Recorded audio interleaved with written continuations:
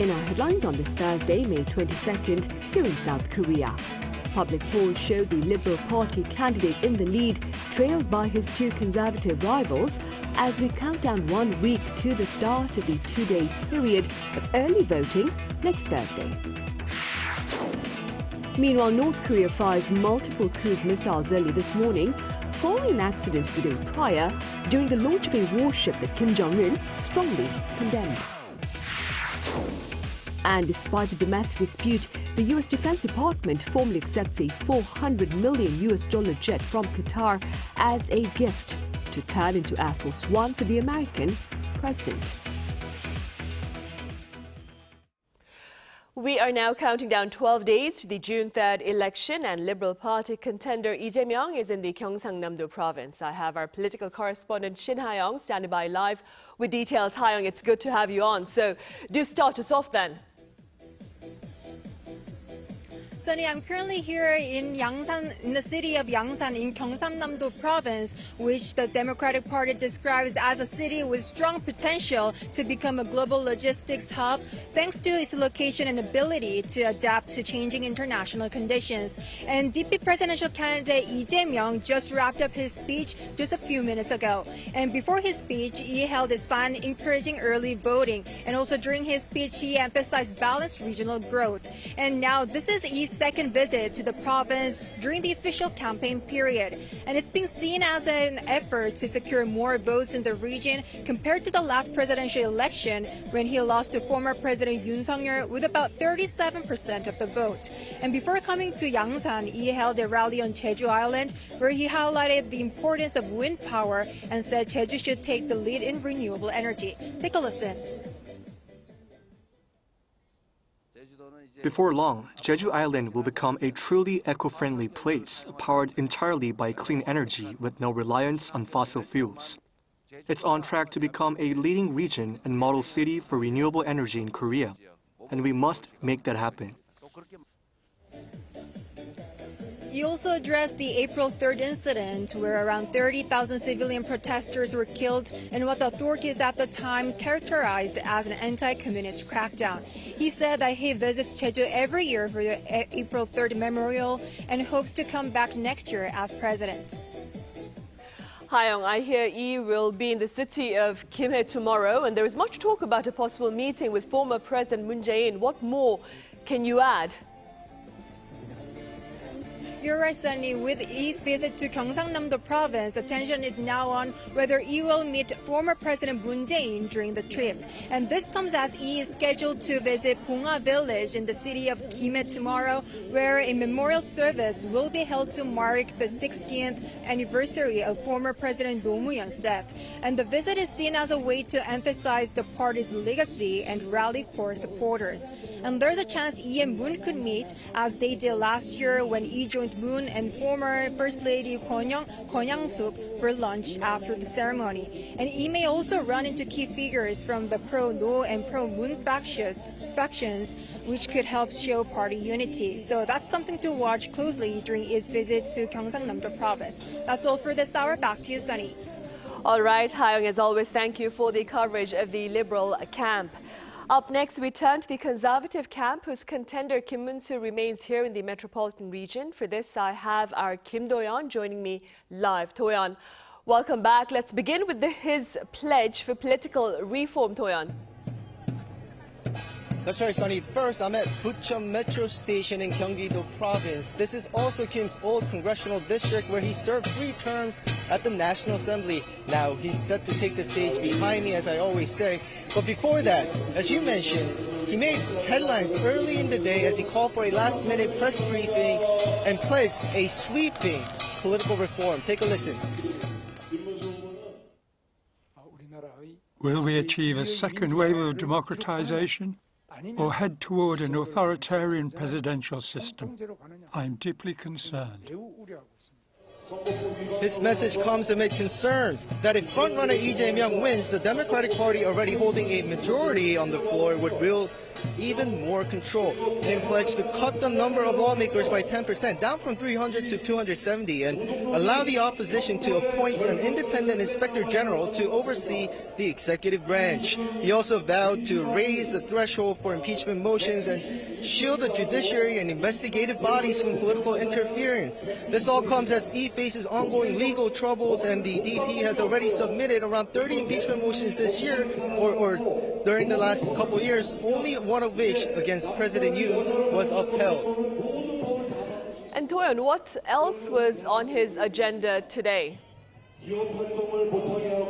Absolutely. Kim spent the day meeting with a range of different organizations, including business leaders and medical associations, to women's and early childhood education organizations. He also chaired a campaign meeting at the Korea Exchange where he shared his vision on the stock market. Take a listen. We'll limit economic offenders from trading, strengthen market surveillance and crackdowns, and enhance shareholder protections. In company spin-offs, we'll guarantee priority shares for original shareholders. At his meeting with Korea's top 5 business organizations, Kim emphasized support for the industries, pointing to his record as Gyeonggi-do governor. He pledged to eliminate barriers facing women and ensure their safety. And when sitting down with medical leaders, Kim issued an apology for pushing healthcare reform, which led to a collective action by medical doctors. It's been prolonged for over a year, with the situation not completely settled even yet. He says he's not taking doctor sides, but he does feel if all doctors acted together, there is an issue with the government, which he was a cabinet member of. That's all for now. Back to you, Sunny. All right, Toyon, thank you for that report, and do keep us posted throughout the day. Right, the answer remains no to a merger with the main conservative camp. This is according to Reform Party candidate Ejun Sak, who posted on Facebook that he would be difficult to reach via phone starting today until election day, amid a flood of calls seeking a coalition. Meanwhile, on the campaign trail, he continued to target young voters and centrists in the Greater Seoul area. He sat down with former captain Choi Won-il of the Cheonan warship, which was torpedoed by North Korea back in the year 2010. Also today, he was at Inha University as part of his campus cafeteria outreach. In this week's Focus on Presidential Pledges, we shed light on those related to labor reform, that is, and affordable housing, as shared by the top 3 contenders. Our Lee Soo-jin has details. South Korea's presidential election is just around the corner, and each candidate's economic pledges are drawing increased attention from voters. This week, we look closer at candidates' labor reform and housing pledges. The candidates are aiming to improve labor conditions to win the votes of the many who wish for a better work-life balance. To do so, the 2 frontrunners have proposed a 4.5-day work week. The current standard work week is 5 days, with most full-time workers logging 40 hours from Monday to Friday, with a legal maximum of 52 hours per week. The 5-day work week was introduced with a 2003 revision to the Labor Standards Act and was fully implemented nationwide by 2011. And now attention is on whether a 4.5 work week will become a reality this year. So what does each candidate's 4.5 work week look like? Democratic Party candidate Lee Jae-myung has proposed reducing the standard work week from 40 to 36 hours, cutting Friday afternoons without reducing wages. His proposal also includes incentives for companies to adopt the new schedule and has a long-term goal of eventually transitioning to a 4-day work week. South Korea's total working hours are too long, about 200 hours more than the OECD average. Longer hours no longer mean higher productivity. Efficiency and creativity are now key. People Power Party candidate Kimunsu has proposed a 4.5 work week that maintains the current 40-hour work week by distributing working hours across the week. Under this plan, employees work an extra hour from Monday to Thursday and finish earlier on a Friday, creating a shorter workday without cutting total working hours. He has also said that he supports granting exemptions to the 52-hour workweek limit for the semiconductor sector. I will replace the rigid working hours system with a more flexible one, cut corporate and inheritance taxes significantly, and drastically reform regulations to help businesses thrive. Reform Party candidate Ejun Sak has strongly criticized a 4.5-day workweek proposal that reduces working hours without cutting wages, calling it unrealistic. He has instead pledged labor reforms include giving local governments the authority to adjust the minimum wage to revitalize regional economies. And housing is a key issue that all three candidates, as the country's residence crisis has fueled voter concern and also contributed to the country's low birth rate. While they all aim to increase supply, their approaches differ, and here's how. The key theme of Lee Jae-myung's housing proposal is Newtown, South Korea's first Newtown project from the late 1980s, which includes Bundang and Ilsan, now faces aging infrastructure that he plans to rebuild. He also pledges to cut red tape for Seoul's downtown development and to develop a fourth-generation Newtown with more quality public housing. The key theme of Kim's proposal is youth. Kim's 333 Youth Housing Supply Plan offers support for up to 9 years, 3 years after marriage and 3 years each after the first and second child. His proposal also includes supplying 200,000 homes to young adults, newlyweds and families, and more housing for single-person households. The key theme of Ejun Sak's proposal is life stages. He plans to increase the supply of 59-meter square homes by promoting the development and building of small unit housing.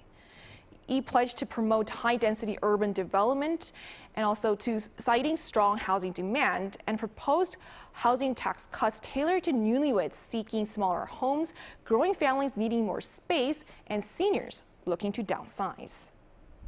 Though each candidate's vision differs, the emphasis on their economic pledges highlights a critical role the economy plays in this election.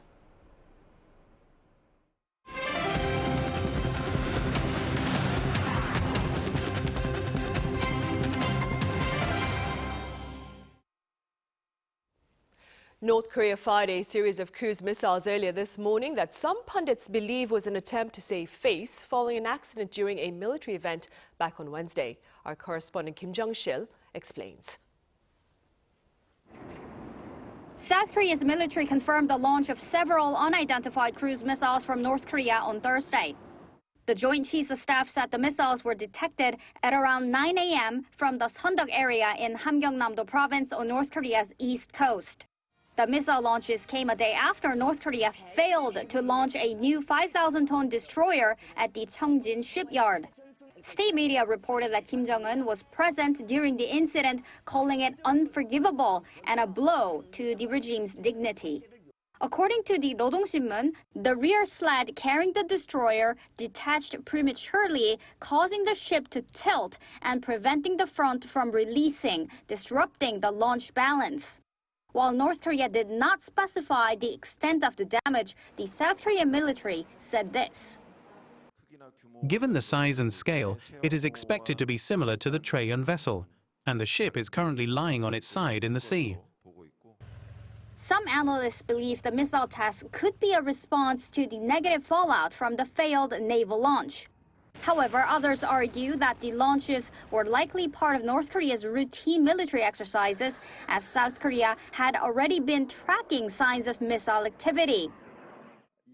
While the missile launch may help counter the negative image from the ship failure, it could be part of a broader strategy focused on military training, international negotiations, and military cooperation with Russia.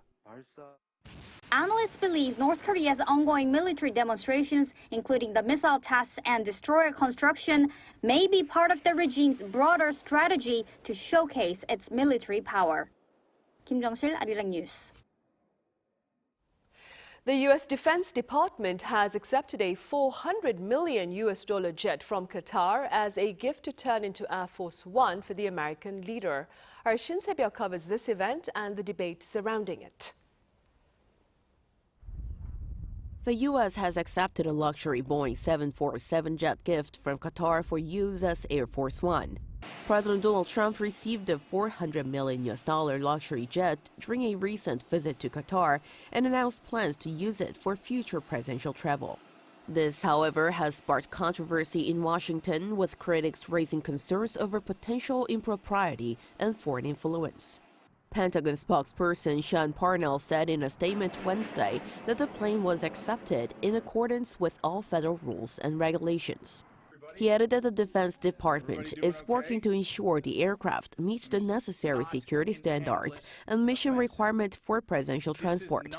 The U.S. Air Force is expected to begin modifications to the jet so it can be used as an official presidential aircraft. While there are questions surrounding the luxury jet and the ethics of accepting such an expensive gift from a foreign government, Trump has maintained there's nothing improper. It's not a gift to me, it's a gift to the Department of Defense. Qatar has also downplayed the backlash, calling it a routine government-to-government transaction. I see that this story is taking a different direction and is being more politicized, while it's a normal government-to-government deal. However, CNN reported earlier this week, citing an anonymous source, that it was the Trump administration, not Qatar, that first initiated the deal. Facing an urgent need for a new Air Force One, the administration reportedly approached Qatar to inquire about acquiring a Boeing 747, and Qatar agreed.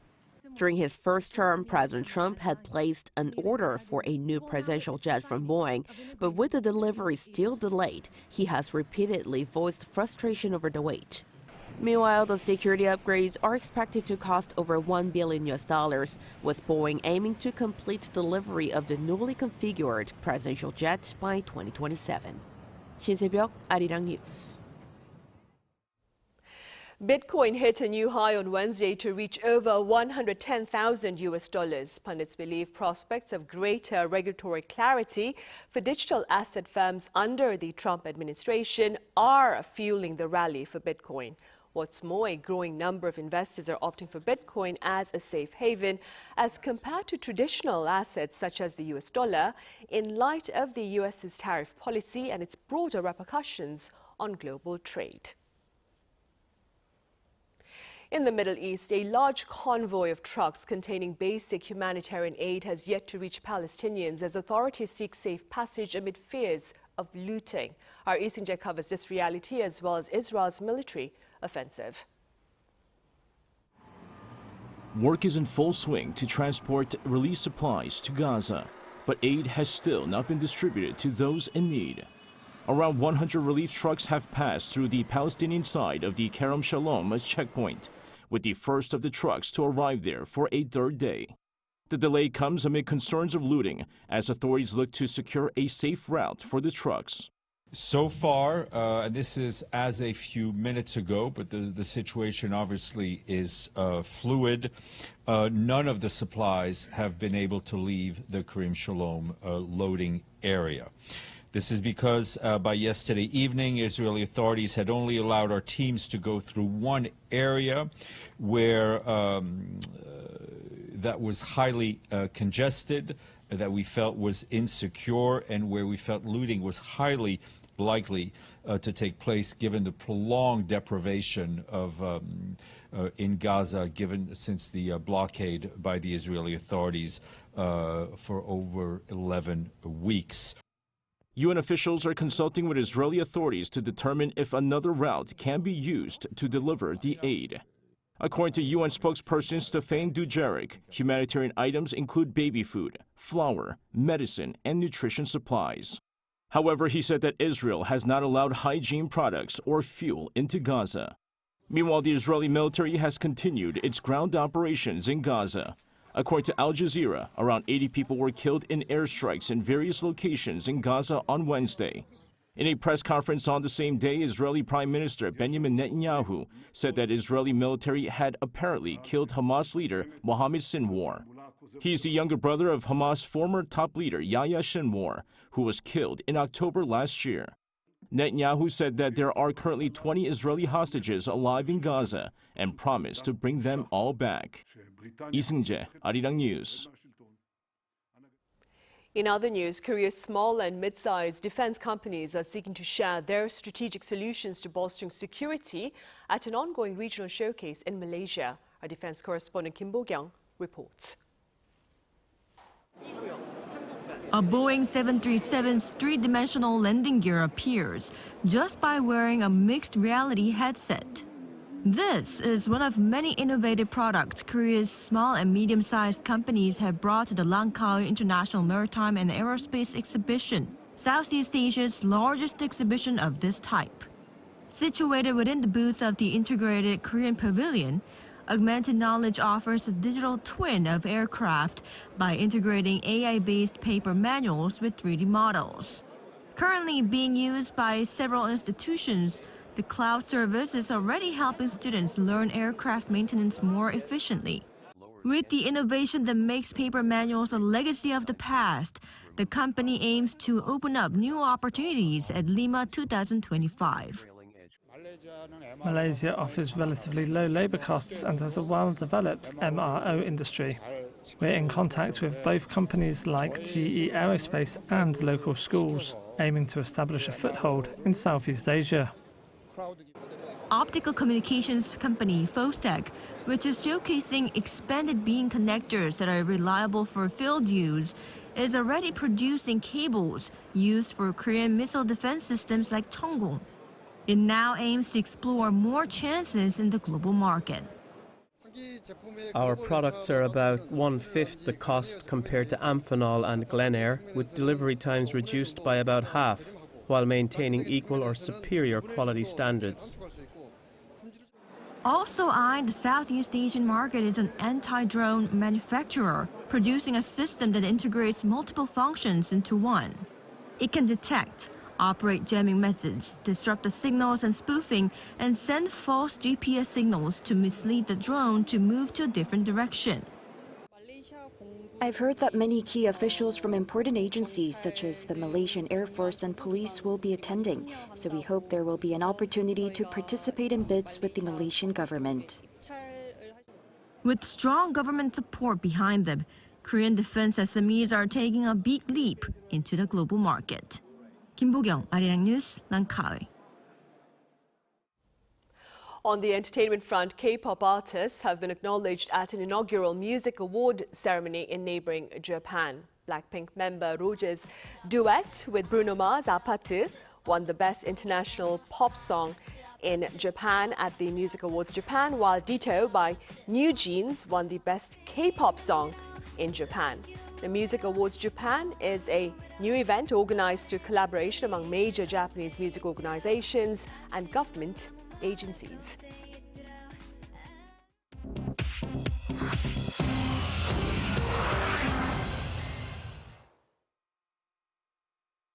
This is The World Now, bringing you the latest stories from around the globe.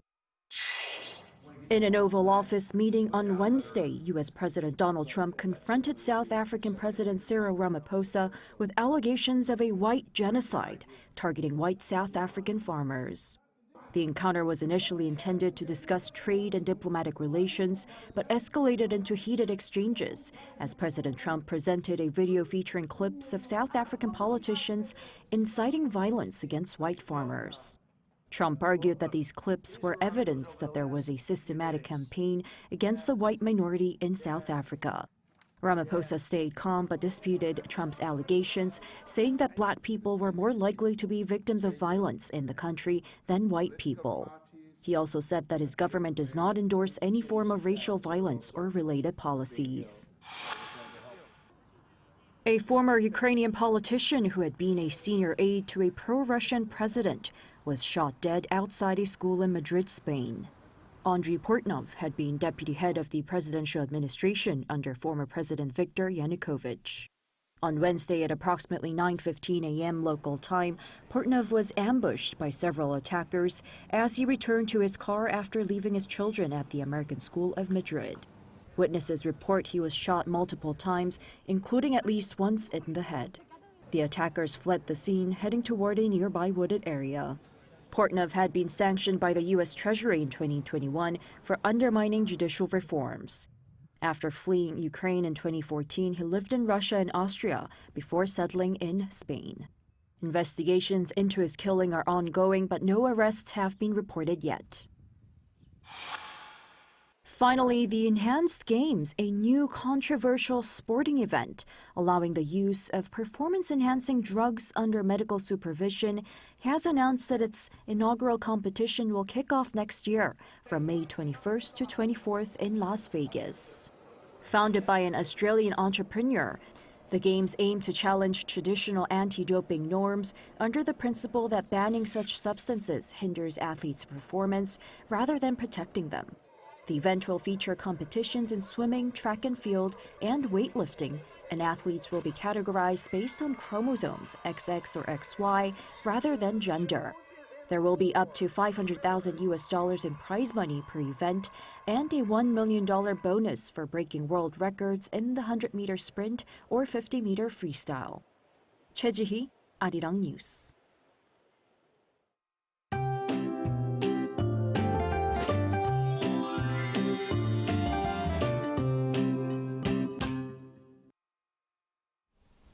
The early heat is slowly subsiding. Yesterday was the hottest this year, with a daytime temperature exceeding 30 degrees Celsius in Seoul. It was still hot today, with highs of 27 degrees in Seoul, but not as hot as yesterday. Tomorrow and Saturday will stay slightly below the average temperatures. There will be some rain in southern regions today. It will rain around 5 millimeters in Gyeongsangnam-do Province, and there will be 5 to 10 millimeters mainly in southern areas. Most of this rain will stop by tonight. Another round of light rain is forecast on the west coast of Gyeongsangnam-do Province at dawn tomorrow and on Jeju Island from late afternoon. Tomorrow morning, Seoul, Gwangju, and Jeju will start off at 16 degrees, Chuncheon and Gyeongju at 12 degrees. Daily highs will move up to 23 degrees in Seoul, 24 degrees in Daejeon and Gwangju. Temperatures will rise back again from Sunday. That's all for Korea. Here are the weather conditions around the world.